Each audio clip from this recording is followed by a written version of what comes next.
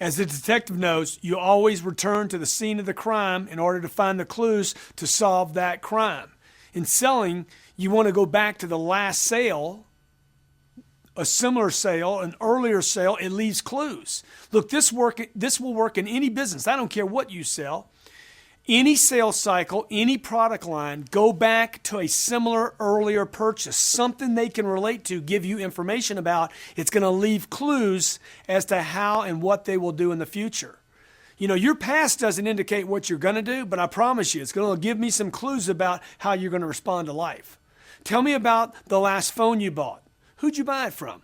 What plan did you buy?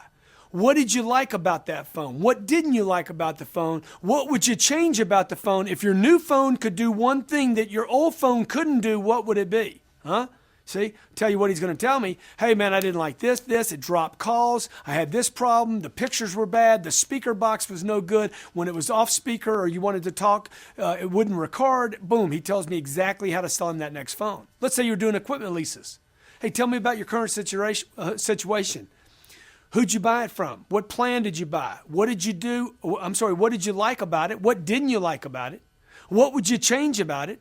If your new equipment could do one thing, just one thing, that your other one didn't do, what would that one thing be? See, look, even when they're not, getting rid of the current situation, okay? Let's say a guy's got a tractor and he's not getting rid of the tractor, he's adding a tractor. Even in this case, or he's not getting rid of a phone, or he's adding insurance. He's not getting rid of the old insurance, he's adding it. I would still want to ask these questions because they tell me how to sell the tractor, the telephone, and more insurance. If someone were buying a vacation home for me, I'd want to know about where they're living now. I'd want to know about that in order to know how to identify how to build value. What do you find valuable? How do you make sense of, a $800,000 vacation home?